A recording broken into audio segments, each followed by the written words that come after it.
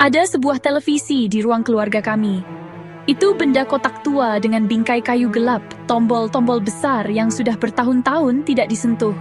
Televisi itu hanya duduk di sudut seperti anggota keluarga yang terlupakan selalu ada, tapi jarang diperhatikan. TV ini tidak pernah dimatikan, tidak pernah sama sekali. Sudah menyala selama aku bisa mengingatnya, dengungan rendah yang konstan mengisi keheningan rumah kami. Layarnya tidak menampilkan saluran atau program apapun, hanya statis abu-abu yang buram. Titik-titik hitam putih yang menari badai ketiadaan yang telah menjadi latar belakang hidup kami. Orang tuaku bilang sudah seperti ini sejak kami pindah.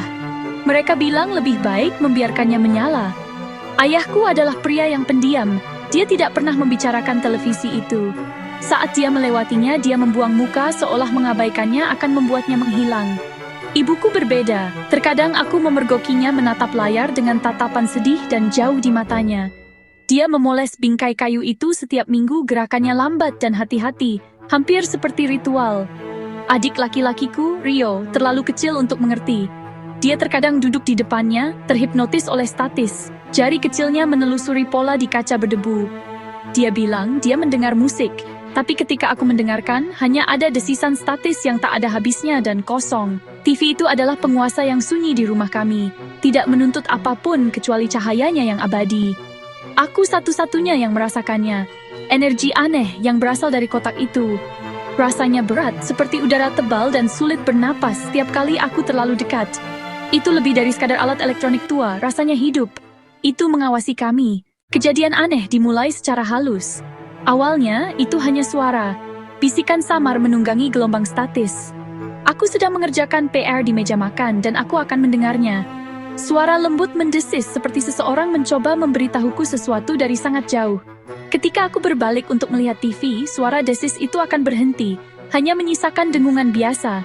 Aku bertanya pada ibuku apakah dia mendengarnya, tapi dia hanya menggelengkan kepala dan mengatakan itu hanya imajinasiku. Dia bilang rumah itu tua, rumah tua membuat suara aneh. Tapi aku tahu suara ini berbeda. Itu datang langsung dari televisi. Rio mulai lebih sering berbicara dengan TV. Dia akan duduk bersila di depannya, wajahnya diterangi cahaya abu-abu, melakukan percakapan penuh dengan statis. Dia akan tertawa dan mengangguk, seolah seseorang menanggapinya. Suatu malam, aku merangkak mendekat untuk mendengarkan. Aku tidak bisa mendengar kata-kata yang jelas, hanya serangkaian bisikan lembut, merdu yang bercampur dengan statis. Rio menoleh padaku, matanya lebar karena kegembiraan. Dia bernyanyi untukku, katanya sambil tersenyum. Dia bilang dia kesepian. Merinding dingin menjalar di tulang punggungku. Siapa dia? Tidak ada siapa-siapa di sana, hanya ada layar kosong. Suatu malam aku tidak bisa tidur. Rumah itu sunyi kecuali dengungan TV yang sudah kukenal dari bawah. Didorong oleh campuran aneh antara ketakutan rasa ingin tahu, aku merangkak keluar dari kamarku dan menuruni tangga. Aku berdiri di ambang pintu ruang keluarga, tersembunyi di bayangan dan mengamati layar. Statisnya berputar dan menari seperti biasa. Tapi kemudian, untuk sepersekian detik aku melihatnya. Sebuah bentuk. Siluet gelap di antara kabut abu-abu. Itu adalah sosok seseorang. Tinggi dan kurus, dengan rambut panjang. Itu hanya ada sesaat sebelum larut kembali ke dalam statis. Tapi gambar itu membekas di benakku. Setelah malam itu, bayangan menjadi lebih sering muncul. Mereka tidak pernah jelas. Selalu sekilas yang membuatku meragukan kewarasanku sendiri. Aku akan menangkapnya dari sudut matiku. Sebuah tangan menekan layar dari dalam. Wajah dengan mata cekung menatap keluar sesaat. Sosok ramping berdiri tak bergerak dalam badai statis. Setiap kali aku melihatnya, darahku membeku. Aku tahu aku tidak membayangkannya. Entitas di dalam televisi semakin kuat, dan ia mencoba menunjukkan dirinya kepadaku. Ia ingin aku melihatnya, mengakui kehadirannya. Suasana di rumah kami berubah total saat matahari terbenam. Siang hari, ruang keluarga terasa aneh malam hari. Itu menjadi menakutkan. Dengungan televisi semakin keras, lebih mengancam memenuhi setiap sudut rumah dengan getaran yang dalam. Bayangan meregang berputar tidak wajar, seolah hidup dan menari mengikuti dengungan. Udara menjadi berat dan dingin, rasa takut menyelimuti rumah. Perasaan bahwa kami tidak sendirian. Kami berbagi ruang dengan sesuatu yang kuno dan jahat. Perilaku orang tuaku lebih aneh di malam hari. Mereka mengunci diri di kamar lebih awal, menolak keluar. Ibuku memegang tasbihnya, bibirnya bergerak dalam doa tanpa suara. Dia buru-buru melewati ruang keluarga. Ayahku berusaha berani di siang hari, tetapi terlihat ketakutan di malam hari. Matanya terus melirik ke layar yang menyala, seolah mengharapkan sesuatu melompat keluar. Ketakutan mereka menular, meresap ke dinding, membuat rumah terasa seperti penjara setelah gelap. Mereka tahu apa yang ada di TV, tapi ketakutan mencegah mereka memberitahuku. Bisikan dari statis menjadi lebih jelas dan menuntut. Itu bukan hanya namaku lagi. Itu akan mengatakan hal-hal seperti, "Mendekatlah. Biarkan aku keluar." Suara itu campuran dingin permohonan lembut wanita dan sesuatu yang serak, tidak manusiawi.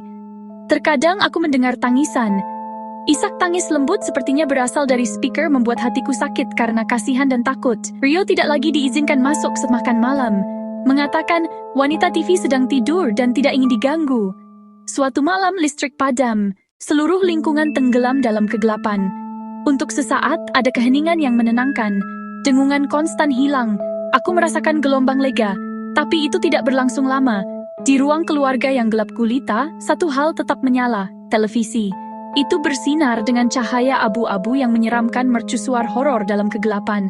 Statisnya hilang, layarnya putih susu yang padat. Dari speaker, untuk pertama kali suara jelas berbicara. Itu suara seorang wanita. Zo sis, het is fijn dat vuile besemnis seniels. Listrik menyala kembali sedetik kemudian, dan layar kembali ke statis. Tapi kengerian saat itu tidak pernah meninggalkanku. Aku tidak tahan lagi. Keesokan paginya, aku menghadapi orang tuaku. Aku menceritakan semuanya, bisikan bayangan suara saat listrik padam. Aku menuntut untuk mengetahui kebenarannya. Melihat ketakutan yang luar biasa di wajahku, ibuku akhirnya menangis. Ayahku dengan wajah muram dan kalah mendudukkanku di meja dapur sejauh mungkin dari ruang keluarga. Dia menceritakan sebuah kisah yang membuat darahku membeku. Mereka memiliki seorang putri, Elara. Elara sangat bermasalah, terobsesi dengan gagasan dimensi lain. Menghabiskan seluruh waktunya di depan televisi yang sama, mengklaim itu portal. Duduk berjam-jam menatap statis menulis di jurnal, yakin dia berkomunikasi dengan roh. Orang tuanya mengira itu hanya fase. Suatu hari mereka pulang dan menemukan dia hilang. Hanya jurnal yang tersisa. Jurnal penuh tulisan panik tentang dunia dalam statis dan seorang pria bayangan. Di halaman terakhir, dia menulis, "Dia membukakan pintu untukku. Aku akan masuk, jangan matikan, atau aku akan terjebak di antara dunia selamanya." Polisi tidak menemukan apa-apa. Mereka membuat orang tuaku berjanji, jangan pernah mematikan TV.